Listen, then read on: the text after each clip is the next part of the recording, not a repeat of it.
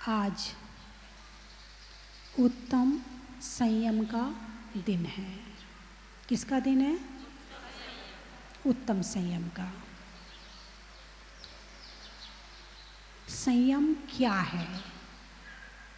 सबसे पहले अपन इसे समझें। जितने भी देश हैं, 185 देश हैं। विश्व में कितने हैं? 185। 185 देशों का संविधान अपना है। बिना संविधान के कोई देश नहीं है। उस संविधान में क्या लिखा होता है? उसमें धाराएं होती हैं। इस धारा में ये होगा, इस धारा में ये होगा। बोले भाई, जब कर्फ्यू लगता है तो क्या कहते हैं? 3 से 44 धारा लग गई, ऐसी बोलती ना। किसी को सज़ा मिलती है तो बोले इस धारा के तहत उसको सज़ा दी जाती है। यही है ना। यानी जितने नियम बनाए हैं वो संविधान में बनाए हैं। देश में यदि संविधान ना हो तो देश चल नहीं सकता है। नियम बनाना जरूरी है। कहाँ किसकी आज्ञा का पालन करना है, किस पद में कितने अधिकार होंगे, वो कितने अधिकारों का उपयोग कर सकता है, वो कितने नियम का पालन करवा सकता है। कलेक्टर बना है तो कलेक्टर के पास में कितने अधिकार हैं, वो लोगों के कितने नियम में बांध सकता है। यदि कोई उस नियम का उल्लंघन करे तो उसे सज़ा दी जाती है। ऐसा है कि नहीं है? अरे बोलिए ना। यानी संविधान जरूरी है देश के लिए। देश का संविधान सारे देश की व्यवस्था को शांतिपूर्ण ढंग से चलाता है, और संविधान नहीं होगा तो शांति रहने वाली नहीं है।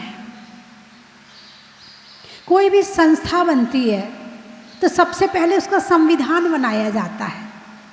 विधान कहते, विधान, संविधान जो समरूप में है उसका विधान बनाया जाता है। भाई तुम संस्था बना तो रहे हो, लेकिन इस संस्था में इसके अंदर क्या क्या काम करोगे और उस पर अनुशासन कैसे रखोगे, अध्यक्ष का क्या काम होगा, मंत्री का क्या काम होगा, संपूर्ण चीज़ें लिखित में होती हैं। तो वो संस्था उस नियम के अंतर्गत रह कर के सारे काम करती है। ठीक है। कोई खेल होता है, खेल कोई बड़ी चीज़ नहीं है। खेल कोई बड़ी चीज़ नहीं है, लेकिन खेल में भी नियम होते हैं कि नहीं होते हैं? अब जैसे क्रिकेट ले लो। क्रिकेट में एक बाउंड्री होती है। इस बाउंड्री के अंदर बॉल रहेगी तो क्या होगा, और बाउंड्री के बाहर जाएगी तो क्या होगा? नियम है। उस नियम को प्रति क्षण बताने के लिए वहाँ एक वो सीटी बजाने वाला होता है। क्या कहते हैं उसको? एम्पायर। एक एम्पायर होता है।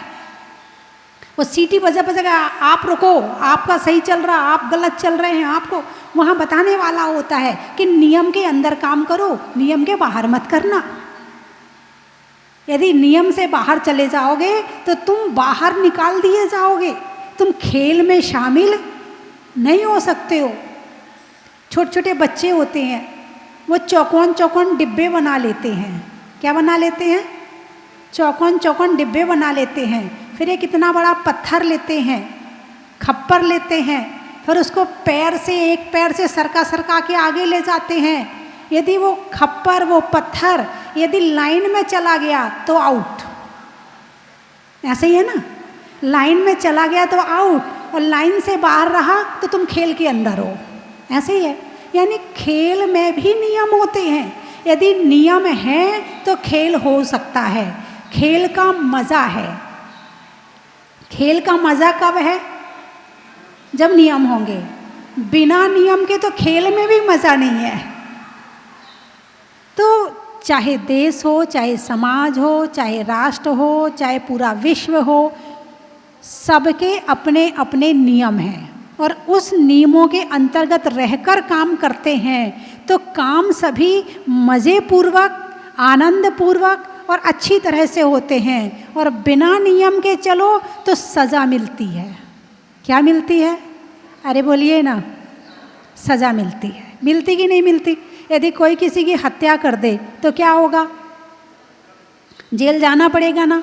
कहते कानून के हाथ बहुत लंबे होते हैं, तुम कितने छुप के हत्या कर लेना, वो तुम्हें कहीं ना कहीं से ढूंढ ही लेगा। तुम चोरी करना, आज नहीं पकड़े जाओगे, कल नहीं पकड़े जाओगे, एक ना एक दिन तो पकड़े जाओगे। यानी कि कानून ऐसे दिमाग वाले लोग बैठे हैं कि वहाँ पर किसी की चलने वाली नहीं है। हालांकि घूंस दे के कई बार रफा दफा कर देते, वो बात अलग है, लेकिन पकड़ में तो कभी ना कभी आ ही जाओगे। तो संविधान जो बनाया है, जो नियम बनाए हैं, वो सारे के सारे नियम देश को व्यवस्थित रूप से चलाने के लिए बनाए हैं, ताकि देश का नागरिक शांतिपूर्ण ढंग से अपना जीवन व्यतीत कर सके। क्या है उद्देश्य? शांतिपूर्ण ढंग से अपना जीवन व्यतीत कर सके। अर्थात शांतिपूर्ण जीने के लिए एक देश को भी नियम के अंदर रहने की ज़रूरत है। अब आप लोग गाड़ी से, कुछ लोग गाड़ी से आए होंगे, कुछ लोग बस से आए होंगे, तो गाड़ी जब चलती है आपकी, तो सड़क के कौन सी तरफ चलती है? बाएं तरफ, दाएं तरफ? बाएं तरफ। क्यों भाई बाएं तरफ क्यों चला रहे? स्वतंत्र देश के स्वतंत्र नागरिक हैं, हम कहीं चलाएं? हाँ, हम स्वतंत्र देश के स्वतंत्र नागरिक हैं, हम अपनी गाड़ी कहीं भी चला सकते हैं। बोले नहीं, स्वतंत्र रहना अलग बात है, लेकिन नियमों का पालन करना अलग बात है। बाएं तरफ क्यों? सबको अपना अपना रूट दे दिया, तुम्हें यहाँ चलना है तुम यहाँ चलो, तुम्हें यहाँ चलना है तुम यहाँ चलो। जैसे रूल बनाए हैं रूल से चलो, यदि रूल से अलग होगे तो तुरंत या तो एक्सीडेंट हो जाएगा, और यदि पकड़े गए तो सज़ा मिलेगी, दुर्घटना हो जाएगी। जब आप कभी बड़े शहर में जाते हैं तो वहाँ लाल बत्ती चौराहा होता है ना, और जैसे ही लाल बत्ती जलती है तो किसी को कहने की ज़रूरत नहीं पड़ती कि गाड़ी रोको। बोलिए ऐसा है कि नहीं है? हैं? और जितनी गाड़ियाँ होती हैं लाइन लग जाती है, और जैसे ही हरी बत्ती जलती है सब फटाफट भागने लगते हैं। ये क्या है? ये कौन सा नियम है? एक बत्ती ने तुम्हें नियम में बांध दिया, और यदि इस नियम में नहीं बंधोगे तो क्या होगा? यानी चलने में भी नियम, यहाँ नियम के अनुसार, यहाँ नहीं कहीं भी नियम के अनुसार चलोगे तो मंजिल तक पहुँचोगे, और नियम के अनुसार नहीं चलोगे तो कहीं भी दुर्घटनाग्रस्त हो जाओगे। अब भगवान महावीर ने संयम और नियम की बात बताई है।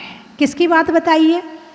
संयम और नियम की बात बताई है। नियम को ही संयम कहते हैं। आप कहते हैं ना, आज अष्टमी है, आज मैं 4 प्रकार के आहार का त्याग करता हूँ, आज मेरा नियम है। क्या हो गया? आपका नियम हो गया। तो ऐसे छोटे छोटे नियम का पालन आप लोग करते हैं ना। भगवान महावीर ने क्यों बताए ये नियम, क्यों संयम में रहने को कहा है? संयम का मतलब होता ब्रेक। गाड़ी चल रही है, बाएं तरफ चल रही है, लेकिन उसके बाद भी उसमें ब्रेक का सिस्टम है। यदि ब्रेक का सिस्टम गाड़ी में ना हो फिर क्या हो? फिर भी कभी गड़बड़ हो जाएगी। संयम के ब्रेक के रहते रहते गड़बड़ हो जाती है, और ब्रेक ना रहे तो क्या होगा? ऐसे ही जीवन में ब्रेक लगाना, जो असंयममय जीवन चल रहा है उसमें ब्रेक लगाना, उससे क्या होगा भाई? जो जितने जरूरी ब्रेक थे वो तो देश ने लगा दिए, समाज ने लगा दिए, है ना। और यदि जो उससे भी ज़्यादा और रह गए बचे हुए, उसे भगवान महावीर ने कह दिया कि अब इससे भी ज़्यादा आप दुर्गति में नहीं जाना चाहते हो तो इन संयम का पालन और करो। यदि शरीर से पाप करोगे तो प्रशासन, सरकार सजा देगी। यदि वचनों से गड़बड़ करोगे तो समाज भी सजा, क्या घर वाले ही डंडे मारने लगते हैं। किसी को उल्टा सीधा बोलो क्या होगा, वापस मिलेगा कि वो सहन कर लेगा?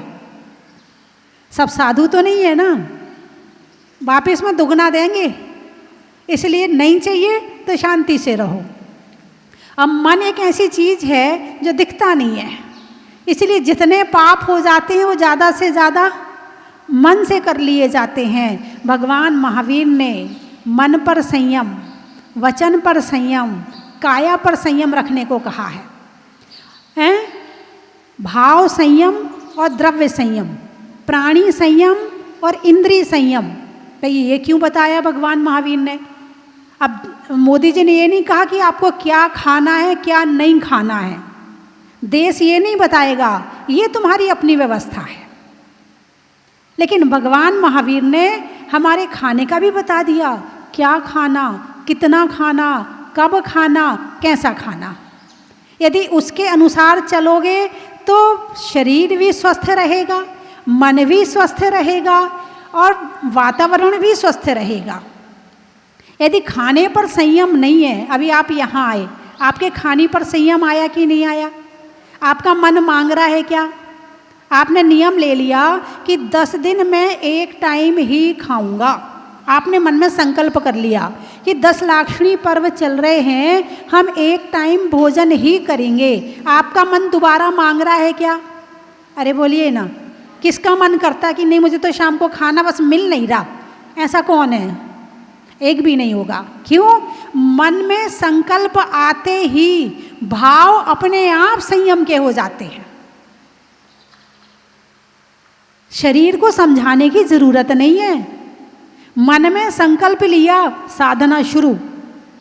कितना भी तुम्हारे सामने भोजन रखा हो, तुम्हारा मन करने वाला नहीं है। क्यों?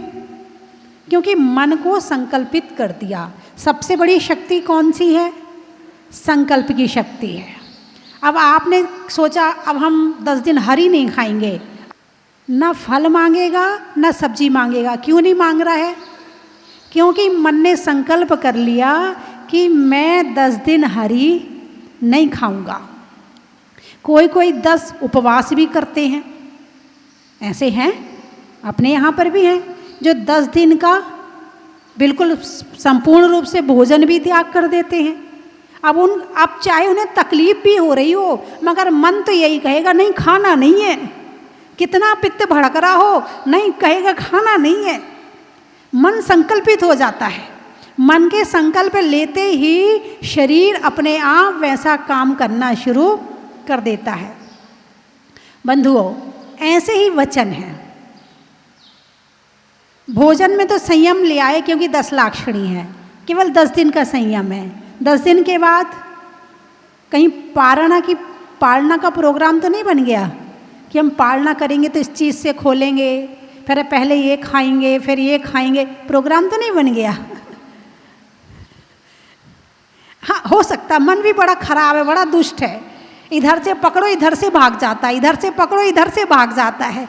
इसको पकड़ना बड़ा मुश्किल है। इसको तो संकल्प की शक्ति से ही बांध सकते हैं। वचन पे संयम, वाणी पर संयम बहुत ज़्यादा जरूरी है। आज जितना ज़्यादा असंयम वाणी में है, जितने लड़ाई हैं, जितने झगड़े हैं, जितनी कोर्ट कचहरी है, ज़्यादा से ज़्यादा वाणी के असंयम की है। यदि वाणी में संयम आ जाए तो कोर्ट कचहरी के जितनी फाइलें हैं ना, वो आधी हो जाएं, आधी फाइलें हो जाएं। घर में जितने झगड़े हैं, जितने कलेश हैं, जितने अशांति के कारण हैं, वो सारे के सारे वाणी के कारण से हैं। और वाणी में संयम आ जाए, कितना बोलना, क्या बोलना, क्यों बोलना, थोड़ा सा इस बात का ज्ञान हो जाए, आधी लड़ाइयाँ खत्म हो जाएं, घर में शांति शांति हो जाए, घर में स्वर्ग हो जाए। घर में बीमारी है ना, बीमारी घर में होती नहीं होती है? अरे बोलिए ना, घर में बीमारी होती है, घर वालों में होती है। घर वालों में कई बार बोलते ना, मैं घर में बहुत बीमारी है। मतलब लोगों को बीमारी है। ये बीमारी का भी ज़्यादा से ज़्यादा कारण वही है, वाणी का असंयम। आधे से ज़्यादा कारण घरों में जो महिलाएं बीमार हैं, जो भी बीमार हैं, वो वाणी के असंयम के कारण से हैं। किसी से कुछ कहा, जवाब मिला, वो तो चले गए बाहर दुकान में, ये दिन भर अपनी घुलती रही, टेंशन करती रही, पूरे दिन टेंशन चलती रही इनके दिमाग में। शाम को आई फिर वापस शुरू, फिर वो रात टेंशन में निकल गई। कभी बच्चे की टेंशन, कभी पढ़ाई की टेंशन, कभी दुकान की टेंशन, कभी पैसे की टेंशन, कभी सामान नहीं लाने की टेंशन, कभी रिश्तेदार की टेंशन, कभी बंटवारे की टेंशन। इतनी टेंशन करी कि शरीर बीमार हो गया। अब वो टेंशन तो छूट गई, अब शरीर की टेंशन। यानी यदि बीमार है आदमी तो दूसरों के कारण कम है, कर्म के कारण कम है, अपनी टेंशन के कारण ज़्यादा है। ज़्यादा से ज़्यादा बीमारियां टेंशन की हैं। और टेंशन ना करो। टेंशन कब नहीं करोगी? जब तुम्हारा मन सही जगह लगा रहेगा, जब तुम्हारा मन ज्ञान और ध्यान में लगा रहेगा, जब तुम्हारा मन स्वाध्याय में लगा रहेगा। मौन और ध्यान दो चीज़ खुद से जोड़ती हैं। जितना ज़्यादा से ज़्यादा मौन रहोगे तो दूसरों से बोलने से और सुनने से बचोगे। और जब दूसरों की सुनने से और बोलने से बचोगे तो मन बाहर कम जाएगा, और जितना मन बाहर कम जाएगा उतना खुद से जुड़ेगा। खुद के लिए सोचने का टाइम मिलेगा, अपनी आत्मा के लिए सोचने का टाइम मिलेगा, अपने आप को कुछ ध्यान ज्ञान करने का टाइम मिलेगा। और 24 घंटे केवल बोलते रहोगे तो बाहर से जुड़े रहोगे, और जितना बाहर से जुड़ोगे उतना खुद से दूर जाओगे। बात समझ में आई कि नहीं आई?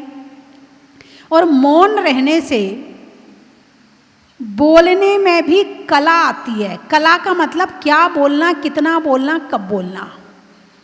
और यदि जो मौन नहीं रहता है, जो पूरे समय असंयम में रहता है, वाणी का असंयम जिसका पूरे समय रहता है, वो कब क्या बोल दे, कब कलेश करवा दे, कब निंदा कर दे, कब ईर्ष्या कर दे, कब अपमान कर दे, पता ही नहीं उसका।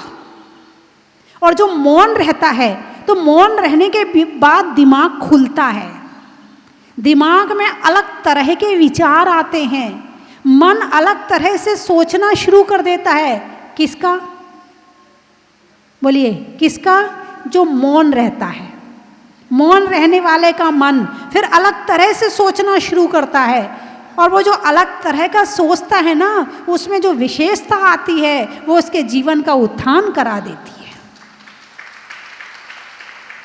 इसीलिए अपनी अच्छाई और बुराई कब दिखती है? जब मौन रहोगे। दूसरों की अच्छाइयाँ कब नजर आएंगी? जब मौन रहोगे। मौन रहने से बहुत सारी अंदर की शक्तियाँ उघड़नी शुरू हो जाती हैं। और जो दिन भर बोलता है वो सामने वाले का समय भी खराब करता है, बोलिए ना, और खुद का समय भी खराब करता है। व्यर्थ बोलकर दूसरे को भी पाप बंद कराता है और खुद भी पाप बंद करता है। इसलिए वाणी का संयम तो जीवन में होना ही चाहिए, और उसकी शुरुआत होती है मौन से। वाणी के संयम की शुरुआत किससे होती है? मौन से। लेना चाहिए कि नहीं लेना चाहिए, आप बताइए। मौन रहना अच्छा है या बुरा है, ये आप बताइए। जोर से बोलिए ना, हाथ उठाइए जरा। कौन कौन कह रहा अच्छा है मौन रहना? बहुत बढ़िया। चलो, तो 1 घंटे के लिए रोज का ले सकते। शिविर में आए हो, शिविर में आए हो, यहाँ आए हो तो किस लिए आए हो? संयम पालन के लिए आए हो या असंयम बढ़ाने के लिए आए हो? संयम पालन के लिए आए हो। तो यहाँ से लेकर के क्या जाओगे? असंयम या संयम? यहाँ से सुख लेकर जाओगे, सुख बढ़ने वाली चीज़ लेकर जाओगे, या दुख बढ़ने वाली चीज़ लेकर जाओगे? सुख बढ़ने वाली चीज़। तो 1 घंटे का मौन अगले शिविर तक के लिए रख सकते हो क्या? बाहर की छूट है, बाहर की छूट है। आपके यहाँ शादी वगैरह हो तो उसकी छूट है। कई बार मेहमान आ जाते हैं, 1 आध दिन रुकते हैं, उसकी भी छूट है। और बाकी आपके घर में कोई ना हो तो 1 घंटे का मौन आप कभी भी रखें। कौन कौन रख सकता है? अब हाथ उठाइए। बहुत बढ़िया, बहुत सुंदर। अब इस मौन के समय का उपयोग क्या करना है वो और सुन लो। ये किसी दूसरे के लिए नहीं है, दूसरे के लिए तो दिन भर जीते हो। ये 1 घंटा आपका है। ये 1 घंटा अब किसका है? आपका अपना पर्सनल है। अभी आप पर्सनल जिंदगी नहीं जी रहे हो, आपकी जिंदगी पर्सनल है ही नहीं है। 24 घंटे आप पर्सनल अपने लिए कुछ सोचते नहीं हो। अभी 1 घंटा आपको मिला है खुद के सोचने के लिए, खुद को जानने के लिए और खुद को अच्छा बनाने के लिए। दूसरों को कहते ना, अरे तेरे भले के लिए कह रहे हैं, ऐसा कर ले। अब ये 1 घंटा मिला है खुद को समझाने के लिए, अरे तेरे भले के लिए कह रहे हैं, ऐसा नहीं करना चाहिए, ऐसा करना चाहिए। ये हो गया संयम। इस 1 घंटा का रिजल्ट आपको 23 घंटे मिलेगा। उस 1 घंटे में आप स्वाध्याय करें, 15 मिनट ध्यान करें, 15 मिनट माला फेरें। और ये भी सोच लेना, अब 1 घंटा जब मुझे किसी से बात नहीं करनी है तो किसी के लिए सोचना भी नहीं है। बात समझ में आई कि नहीं आई? सोचने का क्या मतलब? दूसरों के लिए सोचने का क्या मतलब? सोचना यानी दिमाग हमारा, एनर्जी हमारी है, शक्ति हमारी, शरीर हमारा और हिसाब दूसरों का। उसने ऐसा किया, उसने ऐसा किया, उसने ऐसा किया।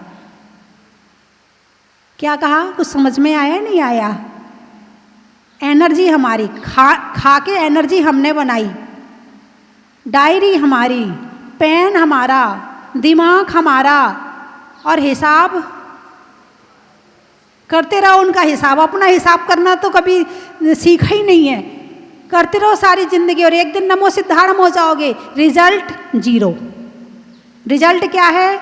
दुनिया का हिसाब कर करके रिजल्ट क्या मिलेगा? जहां आज बैठे थे इससे भी वापस और बैक टू पवेलियन। और यदि इससे आगे बढ़े तो उसका रिजल्ट ये है। क्या है उसका रिजल्ट? ये है। वो 1 घंटा आपको कहाँ ले जाएगा? वो 1 घंटा आपको भगवान के पास ले जाएगा। सोचने नहीं किसी के लिए, 1 घंटा मेरा है।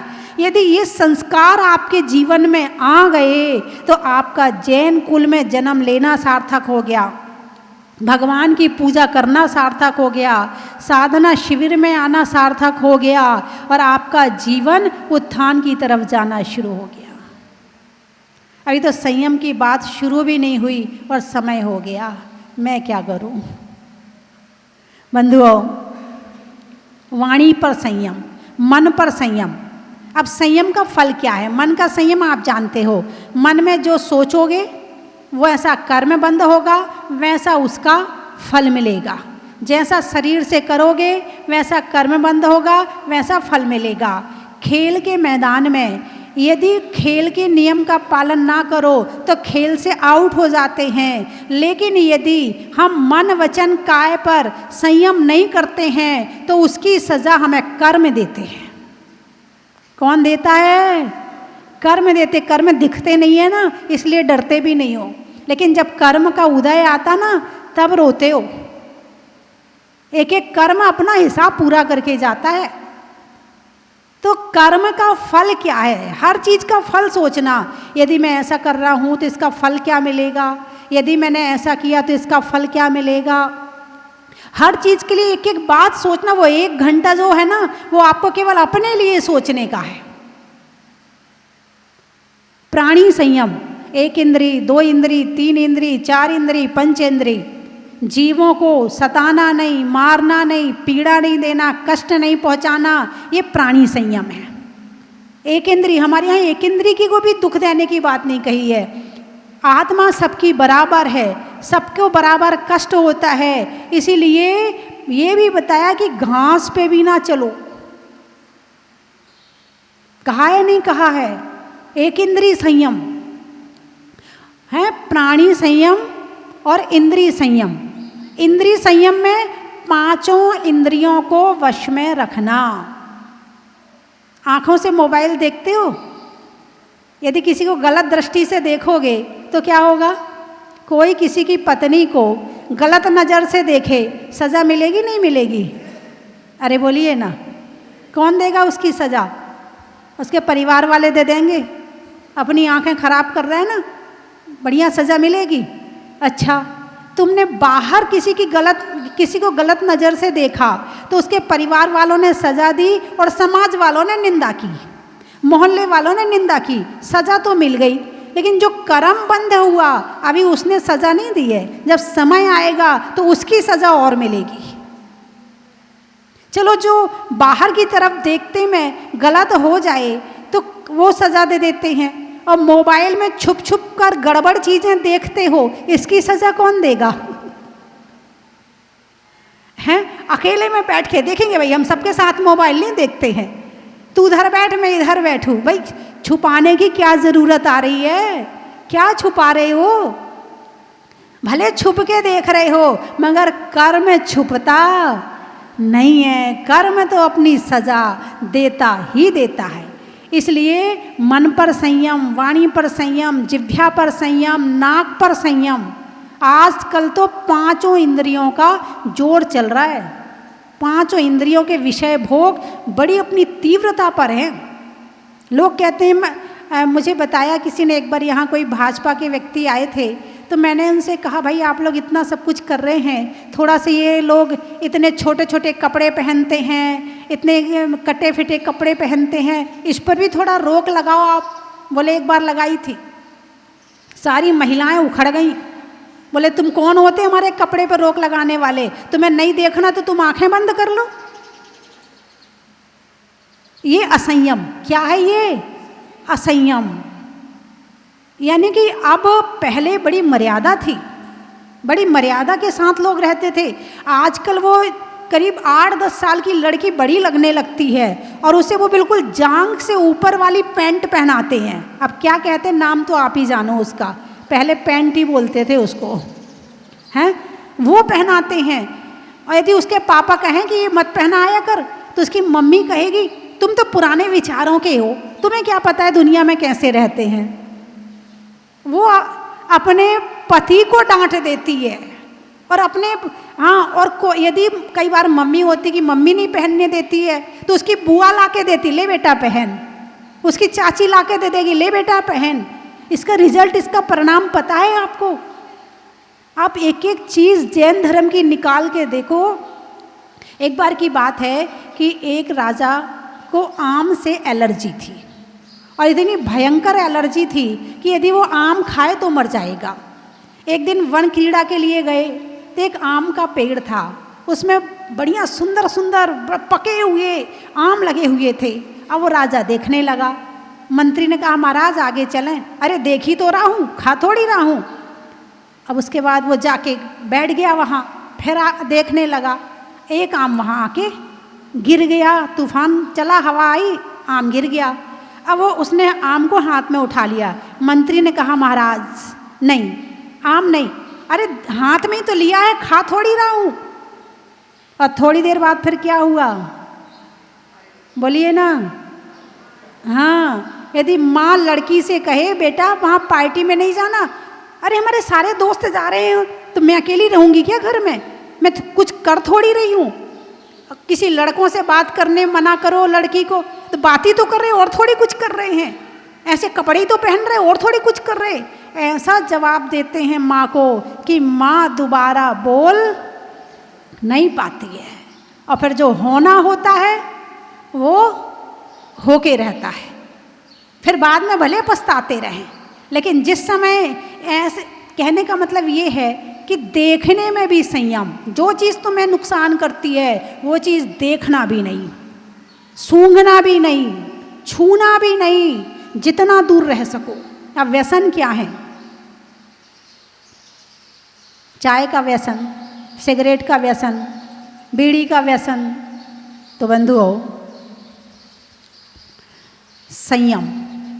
यदि बाहर के कमिटमेंट आप करते हो तो वो पूरा निभाते हो, लेकिन ये सेल्फ कमिटमेंट, आज मैं ये नहीं खाऊंगा, कोई तुमसे कह नहीं रहा है, तुमने खुद ही त्याग किया है। आज मैं ऐसा नहीं करूंगा, तुमने खुद ही नियम लिया। ये सेल्फ कमिटमेंट है। उससे क्या होगा?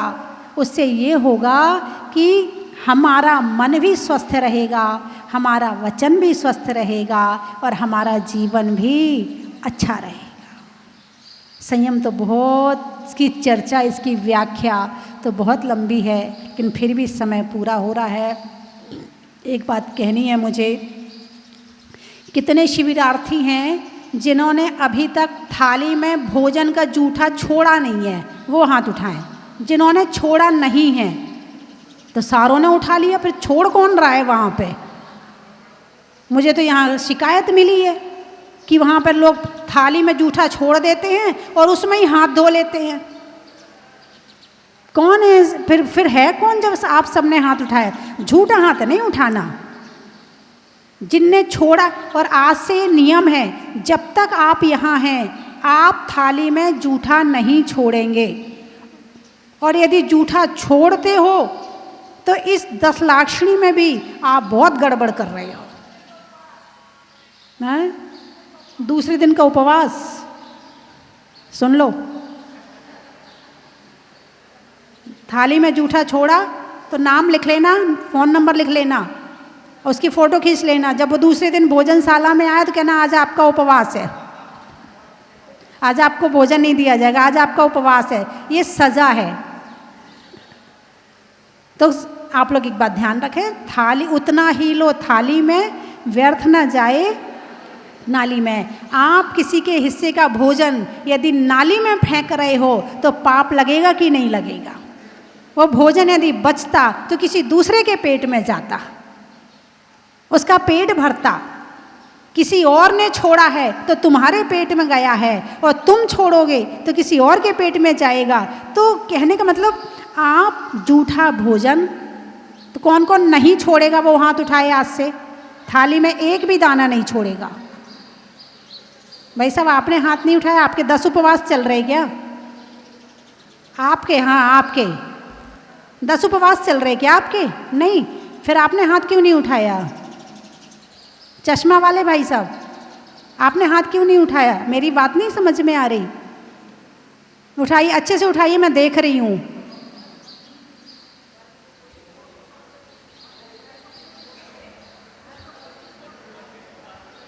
आप लोग, आपने, चश्मा वाली बहन जी, आपने हाथ नहीं उठाया, उठा लिया था? चलो ठीक है, अब शिकायत नहीं आनी चाहिए मेरे पास में।